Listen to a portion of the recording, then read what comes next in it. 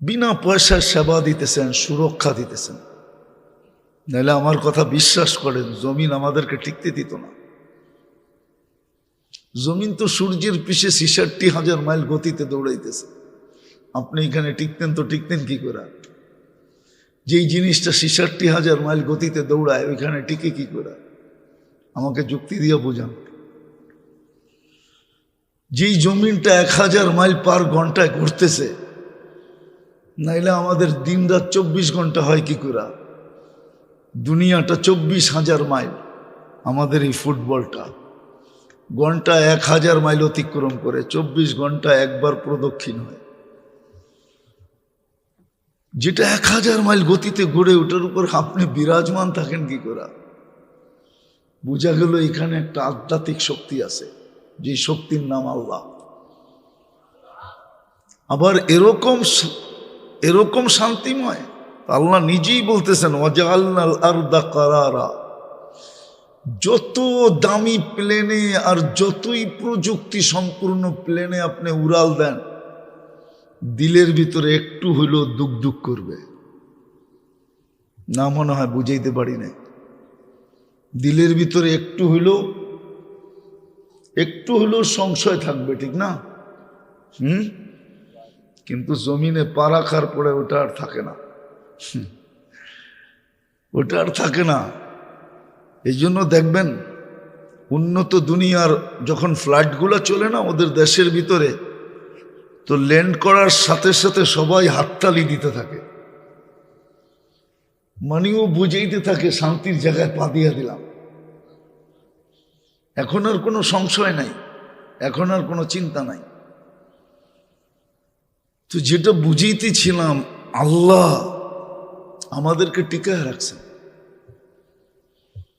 যদিও বিজ্ঞান আমার চেয়ে আপনারা ভালো বোঝেন, কিন্তু তারপরেও একটু বলতেছি, আমাদের সবার উপরেই কিন্তু 288 মন অক্সিজেনের চাপ দিয়ে আল্লাহ আমাদেরকে টিকায় রাখছেন। 288 মন অক্সিজেন আমার উপরে আছে, কিন্তু আমি কোনো ওয়েট অনুভব করি না। বলেন 1 মন মাথায় উঠাইলেই তো এই সমস্ত ছেলেরা 1 মন উঠাইতে পারবে কিনা আমি জানি না।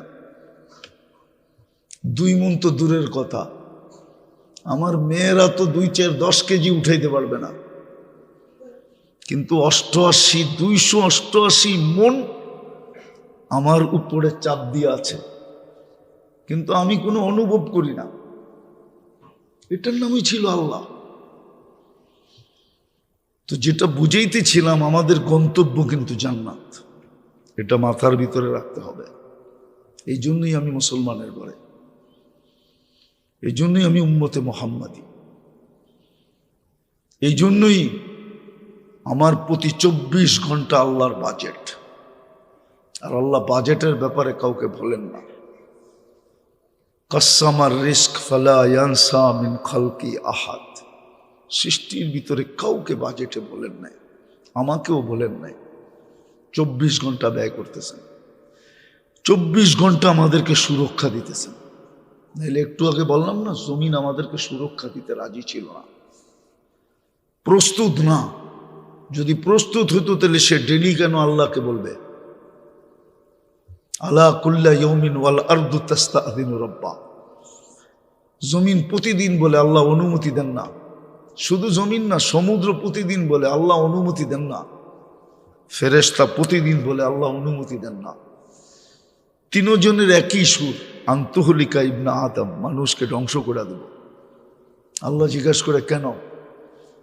ওদেরও যুক্তি আছে যে ইয়াকুল রিস্কা কয়া আশিক, মেধা আপনার।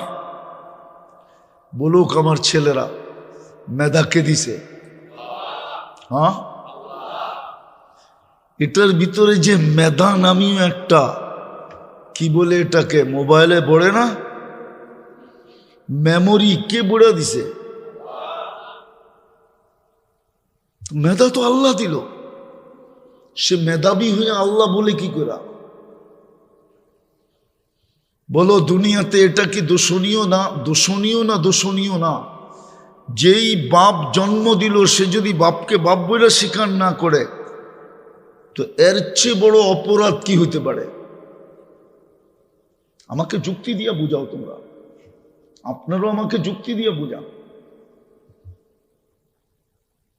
যেই বাপ জন্ম দিল কিন্তু সে বাপকে বাপ স্বীকার করতে রাজি না, যেই মা পেটে নিল আর 10টা মাস এতটুকু কষ্ট করলো, যেটাকে মনীষীরা বলে যদি রূপ দেওয়া যেত মার কষ্টের, আর কোনো কঠিন পাথরের পাহাড়ে নিক্ষেপ করা হতো, তো ইমাম গাজালির মতো দার্শনিক লেখেন লান শাক্কাল জিবাল, পাহাড় টুকরা টুকরা হয়ে যেত।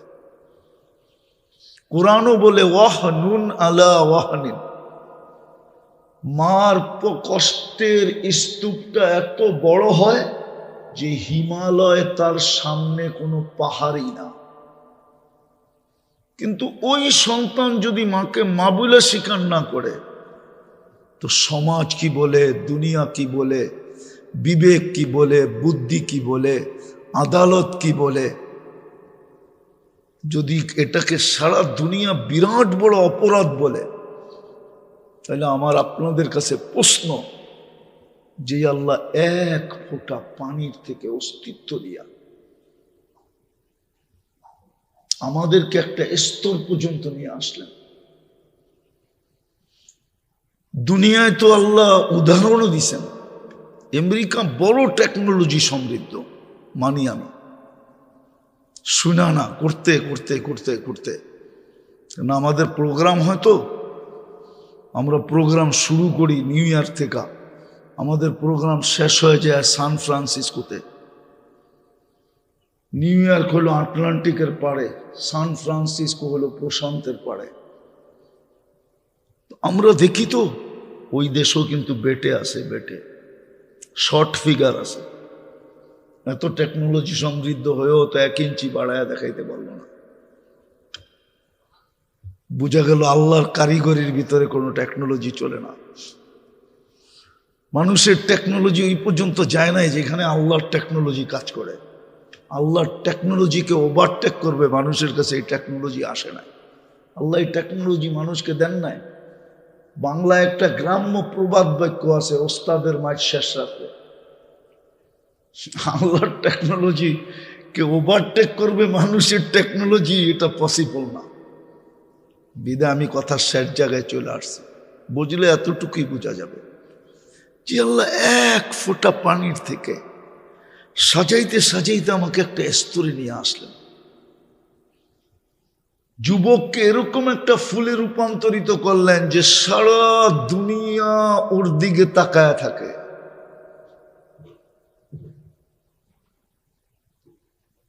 একটা মেয়েকে এই পর্যন্ত সাজায় নিয়ে আসলেন যে সারা দুনিয়া ওর দিকে আকর্ষিত থাকে। কি সত্য না? কিন্তু ওই আল্লাহকে ভুলা যাওয়া। যুক্তি দিয়ে বোঝো, তোমার ব্রেনকে তুমি জিজ্ঞাসা করো। আমরা আমাদের ব্রেনকে জিজ্ঞাসা করি।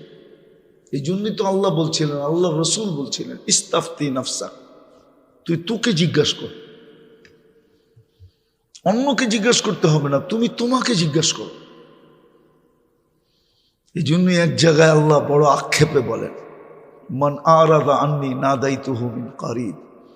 আল্লাহ বলে যখন আমার থেকে বিমুখ হয়ে যায় আমি বড় কাছের থেকে এসে ডাকি আর বলতে থাকি আমা কুনতা মা আম্মাহিনা, একটু কি মনে পড়ে না তুমি একটা বীর্য ছিলে?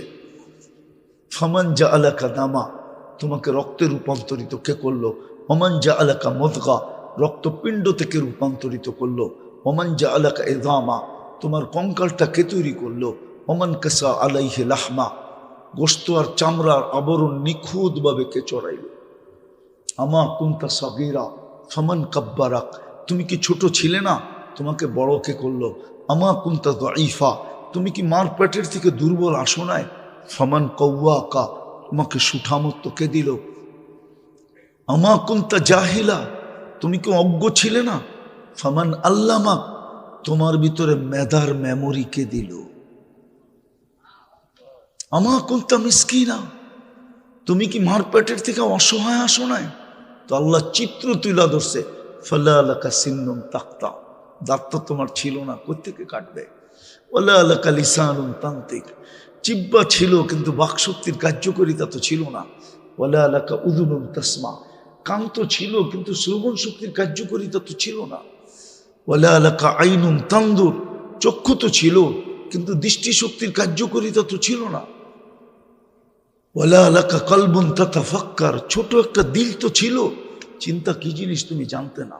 ওয়ালা লাকা ইয়াদুন তাবতিশ, হাত তো ছিল, কর্ম তো দূরের কথা, ধরার ক্ষমতাই তো ছিল না। ওয়ালা লাকা রিজলুন তামশি, পাও তো ছিল কিন্তু চলার ক্ষমতা তো ছিল না। ফাকাত তাতাহাররাক, তুমি দুইটা হাত পাও একটু নাড়াচাড়া করতে পারতে, চিৎকাইতো হইতে পারতে না, উঠা বসাও করতে পারতে না, শুধু হাত পাও দুইটা নাড়াচাড়া হতো। আল্লাহ বলে তোমাকে সাজাইল কে? এই তো তোমার নিঃসহায়ের চিত্র। তারপরে আল্লাহ জিজ্ঞাসা করে ইলা আইন, কই চললি? আমার চেয়ে তোকে বেশি সাজাইছে কেউ? হালুয়া যাত্তা আজুয়াদা মিন্নি, আমার চেয়ে বড় দাতার সন্ধান কি তোর কাছে আছে? বল, আমার চেয়ে বড় দাতা? কসম খোদার, সমস্ত সৃষ্টি কিন্তু আমাদের বিরুদ্ধে, কিন্তু সমগ্র সৃষ্টিকে আল্লাহ ডেলি জবাব দেয়, ইনকানা আবদুকুম ফাশানুকুম বি, বন্দা তোমাদের হলে যার যা করতে মনে চায় করতে পারো। ইনকানা আবদি, বন্দা যদি আমার হয়, খবরদার যদি কেউ চোখ উঠায় দেখলা, ওমান আযমু মিন্নি জুহদাম ওয়া কারামা, আমার চেয়ে বড় দাতা কেউ নাই,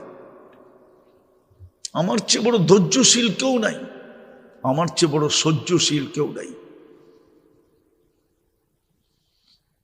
বিদায় আমাদের গন্তব্য কিন্তু জান্নাত, যদিও আমরা দুনিয়ার পেটে, যদিও আমরা দুনিয়া দ্বারা বেষ্টিত, যদিও দুনিয়া আমাদের কদমে কদমে প্রয়োজন, ওই দুনিয়াটাই কিভাবে দিনে রূপান্তরিত হবে আর আমি গন্তব্যে পৌঁছব, ওটার জন্যই দিন।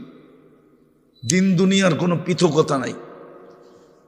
দুনিয়াটাকে এক পদ্ধতির মাধ্যমে, কোরআনের একটা শব্দ আছে, একটা শব্দ, কোরআনে একটা শব্দ দিয়া দিন বুঝাইছে, একটা শব্দ দিয়া। এই জন্য কোরআনে যদি কেউ পুরা ইসলাম এক শব্দে বসতে চায়, তাহলে কোরআনে একটা শব্দ আছে, ইয়ামুরু বিল আদলি, আদল, ইনসাফ, আদল, ইনসাফ। সর্ব জায়গায় ইনসাফের সীমারেখা দেওয়া আছে। একটা ছেলে 24 ঘন্টা পড়বে, এটা আল্লাহ বলে নাই। যদি বলতো তাহলে এটা হাদিসে আসতো না। ওয়ালি জাসাদিকা আলাইকা হাক্কুন, তোমার শরীরেরও একটা অধিকার তোমার উপরে আছে। ওয়ালি আইনিকা আলাইকা হাক্কুন, ওলামাদেরকে জিজ্ঞাসা করেন এই হাদিস আছে না নাই? তিরমিজি শরীফে এই হাদিস আছে, বুখারী শরীফে এই হাদিস আছে। ওই যে তিন লোক এসে বলছিল আমি সারা রাত্র নামাজ পড়বো, ঘুমাবো না। দ্বিতীয় জন বলছে আমি সারা বছর রোজা রাখবো, একদিনও রোজা ছাড়বো না। আরেকজন বলছে আমি বিয়ে শাদী করবো না, বৈরাগী হয়ে যাব। আল্লাহ রসুল পিছন থেকে শুনে বলছে একটাও আমার দিন না। আমি সজাগও থাকি, ঘুমাই, আমি রোজাও রাখি, আবার রোজা ছাড়িও। আমার একাধিক স্ত্রী আছে, বিদায় তোমাদের সিদ্ধান্ত দিন না। একদিন আমাদেরকে এই জন্য দিছেন, এটা দিন একটা পরশ পাথর। জানি না লম্বা হয়ে যেতেছে কিনা। আমি ক্যামরুনে 6 বার গেছি। কয়বার? ক্যামরুনে 250 কিলোমিটার এক জঙ্গল আছে, যেখানে দেড়াইতা মানুষ বাস করে। 250 কিলোমিটার পর্যন্ত। ওরা জমিনে থাকে না, মাচানে বাস করে। ফ্রান্স আজ পর্যন্ত ওদেরকে সভ্য বানাইতে চেষ্টা করতেছে। কেউ ইন্টারনেটে যেয়ে গেলে দেখবেন ক্যামরুনে আছে, আমি 6 বার গেছি ক্যামরুন। ফ্রান্স ওদেরকে সভ্য বানাইতে চায়, সারা দিন ওদেরকে বড় বড় পর্দার প্রজেক্টরে ওদেরকে সভ্য হওয়া দেখাইতে থাকে।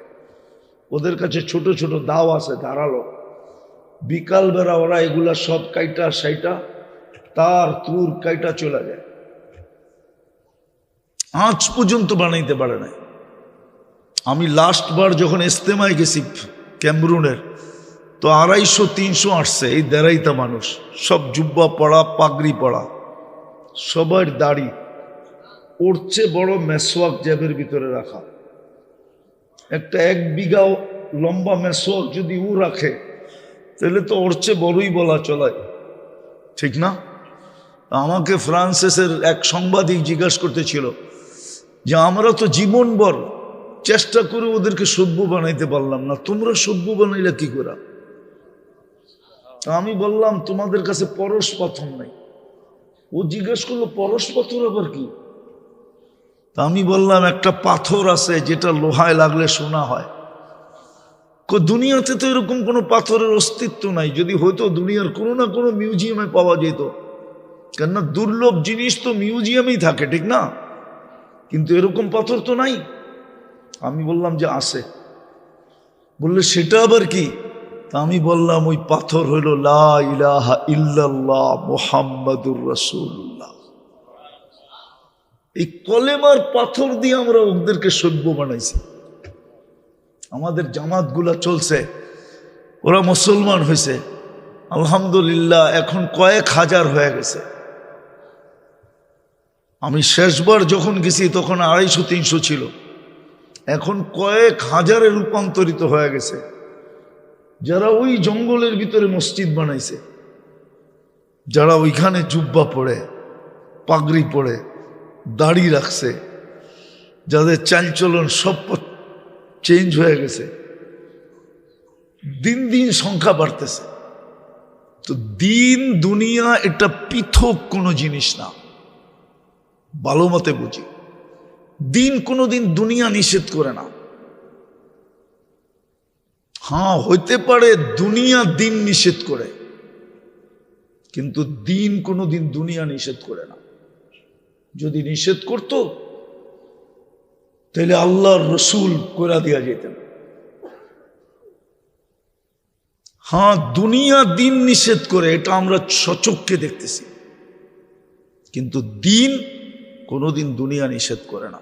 দিন এই জন্যই আসছে যেন আমার দুনিয়ার কর্মগুলা দিনের ছোঁয়ার কারণে দুনিয়াটা দিনে রূপান্তরিত হয়। এটাই পরশ পাথর, যেন আমি সহজে গন্তব্যে পৌঁছতে পারি।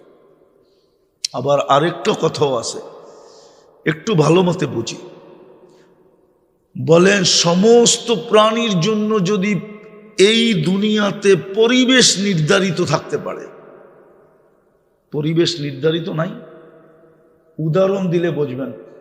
মাছের জন্য পানির পরিবেশ চাই, সেটা ছোট একটা অ্যাকোরিয়াম, তাইলে সেইখানে জীবিত, সেইখানে মোটামুটি সুখী, ঠিক না? পাখি খোলা আকাশের পরিবেশ। যদিও আপনি বলবেন ও খোলা আকাশে ঘুরতে থাকবে, পাবে কি পাবে না, খাবে কি খাবে না, আমি সোনার খাঁচায় রাখলাম, সোনার পাত্রে তাকে দানা দিলাম, সোনার পাত্রে তাকে পানি দিলাম, কিন্তু তার ভিতর থেকে চিৎকার এটাই আসবে, আমি খোলা আকাশেই সুখী, তোমার সোনার খাঁচায় সুখী না। আমি যুবকদেরকে বলতে চাইতেছি, তোমরা আমার চেয়ে বেশি সাফারি পার্ক দুনিয়াতে দেখো নাই। হ্যাঁ, আমি 103টা দেশের সাফারি দেখছি, আমি কেলাও বেচছি, মেলাও দেখছি, আমি দিনের কাজও করছি, আবার এগুলো দেখা হয়েছে। কিন্তু দুনিয়ার আমেরিকা মতো উন্নত দেশের সাফারি পার্কের বন্য প্রাণীও ওইখানে সুখী না। সে তো আমাজনই সুখী, সে তো সুন্দরবনই সুখী, সাফারি পার্কে সে সুখী না। এখন যদি আল্লাহকে আমি প্রশ্ন করি, আল্লাহ সমস্ত সৃষ্টির সুখের পরিবেশ তোমার পক্ষ থেকে নির্ধারিত, আমি তো সৃষ্টির সেরা, আমিও তো যতদিন এইখানে থাকবো সুখে থাকতে চাই। আমার জন্য কোন পরিবেশটা নির্ধারিত? আমাকে আল্লাহকেই জিজ্ঞেস করতে হবে, কেননা আমি মেড আল্লাহ। আমি মেড, আমাকে বানাইছে কে? আল্লাহকেই জিজ্ঞেস করতে হবে। কেননা আমরা যে মোবাইল ব্যবহার করি, আবিষ্কারককেই জিজ্ঞেস করি, কোম্পানিকেই জিজ্ঞেস করি যে এটার ভিতরে কতগুলা ফাংশন আছে। যদিও আমার ছেলেরা বলে আইফোন বড় দামি ফোন, বড় স্মার্টফোন, ঠিক না? সত্য তো, কিন্তু আমার কাছে না। কেন জানো? ওটাতে ব্লুটুথ নাই, শেয়ার ইট নাই। স্যার কি বলবে আল্লাহ জানে। আছে নাকি আপনার আইফোনে ব্লুটুথ শেয়ার ইট? না, আইফোনে ব্লুটুথ শেয়ার ইট নাই, ইম্পসিবল। ও আপনি স্যামসং এর কথা বলে লাভ নাই, আইফোনে ব্লুটুথ নাই, শেয়ার ইট নাই। তাহলে এটা উন্নত হলো কি করে? তুমি কিছু দিতে চাইলেও দিতে পারবে না, নিতে চাইলেও নিতে পারবে না, কেননা আইফোনের নিজস্ব জগৎ। ও কোনো জগৎকে ফলো করে না, ওর নিজস্ব একটা জগৎ আছে, ওটাই। তো যেটা বুঝাইতে চেয়েছিলাম, আমি যদি আল্লাহকে জিজ্ঞাসা করি, কেননা আমি মেড আল্লাহ, এই মেশিনটা আল্লাহর বানানো, এই মেশিনটাকে আল্লাহ চালান, মানুষ নামের মেশিনটাকে। এটা প্রযুক্তি দিয়ে চলতে পারে না। একটা যুক্তি দিব, আমরা কয়টা ক্যামেরা দিয়ে দেখি বলেন? দুইটা চোখ দিয়া, দুইটা চোখে কয়টা ক্যামেরা? 26 কোটি ক্যামেরা। আমরা তাকাইলে 26, বিজ্ঞান সরিষার আকৃতিতে ক্যামেরা বানাইতে পারে নাই। সরিষার আকৃতির ক্যামেরা বিজ্ঞানের কাছে নাই। মাইনা নিলাম সরিষার আকৃতিতে একটা ক্যামেরা, তাহলে 13 কোটি ক্যামেরা ফিট করতে কতগুলা জায়গার দরকার হইত? আর আল্লাহ কতটুক জায়গার ভিতরে ফিট করছেন? প্রত্যেকটার কিন্তু ক্যাবেল আছে পিছনে। 1.6 সেন্টিমিটার জায়গা দিয়ে আল্লাহ ক্যাবেল গুলাকে পিছনে নিয়ে গেছেন। শুধু 1.6 সেন্টিমিটার। আবার দুইটা তারকে একসাথে লাগতে দেন নাই, লাগলে ফায়ার হবে। তখন আমরা সব উল্টা দেখব। আমরা যখন সামনে তাকাই না, তোমরা যখন তাকাও, একসাথে 26 কোটি ক্যামেরা জ্বলা ওঠে। আবার এটার ভিতরে ফ্ল্যাশ সিস্টেমও আছে। ফ্ল্যাশ, যেমন তোমরা ছবি তুলতে ফ্ল্যাশ করো, ফ্ল্যাশও আছে। তাহলে বোঝা গেল এই শরীরটা চালায় বিদায় চলে। এটা প্রযুক্তি দিয়ে চালানো যায় না। একজনকে চালাইতে গেলেই মনে হয় একটা দেশের সমান জায়গা লাগতো, না জানি কত লক্ষ কোটি ওয়ার্কার লাগতো। বিদায় আমি কি আল্লাহকে প্রশ্ন করতে পারি না যে আমি অল্প কয়েকদিন এখানে থাকবো, আমার সুখের পরিবেশ কি? বিবেক এটা বলে কি বলে না? চতুর্দিকে প্রাণীর পরিবেশকে দেখলে তো আমার মাথায় এই প্রশ্নটা আসা স্বাভাবিক যে আল্লাহ, মাছ তো পানির পরিবেশে সুখী, পাখি খোলা আকাশের পরিবেশে সুখী, বন্য প্রাণী খোলা জঙ্গলে সুখী, আমি কিভাবে সুখী হব? আমিও তো হ্যাপি হইতে চাই না, শুধু কেকই হ্যাপি হবে। আমি তো বলি মানুষ কেক কাটে কেন জানেন? আবার সারেরা রাগ হয়ে যায় কিনা বলবো। কেক কাটে কেন জানেন? রাগ হয়ে কাটে। যে হ্যাপি হওয়ার কথা ছিল আমার, তোর গায়ে কেন হ্যাপি লেখা? এই জন্য তোরে টুকরা টুকরা টুকরা করব আর খায়া তোকে বেনিশ করে দিব, যাতে তোর অস্তিত্বই না থাকে। আমার বিবেক এটা বলে, সত্য। আমি যদি আল্লাহকে প্রশ্ন করি, আল্লাহ এটার জবাব বহুত আগে আমাদেরকে দিয়া দিছেন। ইন্নাল্লাহ আস্তাফা লাকুমুদ্দিন। ও মানুষ, তুই যদি সুখে থাকতে চাস, তোর সুখে থাকার পরিবেশ হলো দিনদারি, দিন। আজকে আমরা দিনদার না, দিনদারি নাই বিদায় আমরা রিলেশন নিয়ে সুখী না।